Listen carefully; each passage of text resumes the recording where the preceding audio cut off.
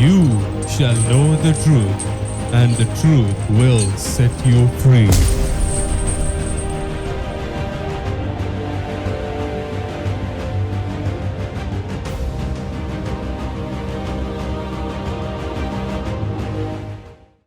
Praise the Lord. I hope God is blessing you through the teachings that you are getting in this program on Truth of Deliverance. I pray that the Holy Spirit will give you more understanding and revelation from His Word, which are already written and given in our hands as you read and meditate and study on those things. I was sharing about how demons come out during the time of deliverance. This is really a helpful tool for your ministry as you are doing this ministry, as you are helping other people to receive deliverance. There is another thing that I can talk about is the demons can occupy the mind or the body, or both the mind and the body. During the time of deliverance, the demons, they occupy the mind and the people become unconscious sometime.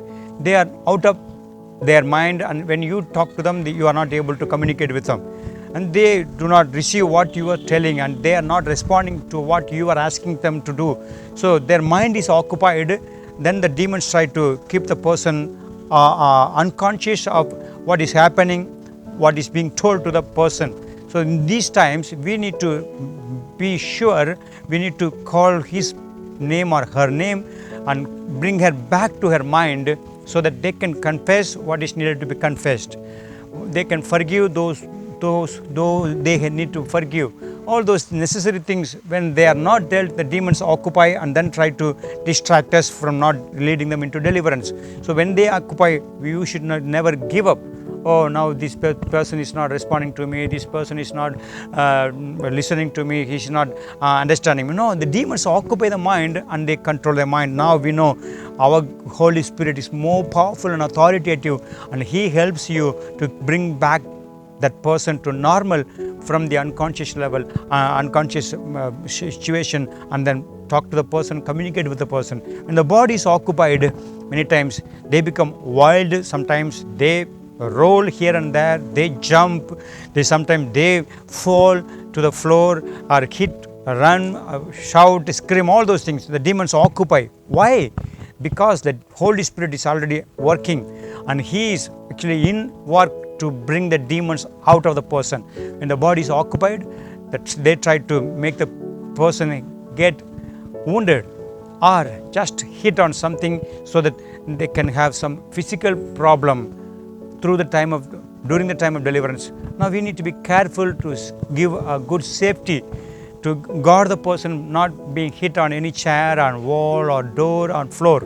So these are the things, when they occupy, they know they have lost their power, but they try to pretend as if they are not going to go. We are sure demons must go because the Holy Spirit is making the battle. He is using you to help the person to receive the deliverance. So when these things happen, never give up or never become discouraged. Oh, this is not going to over.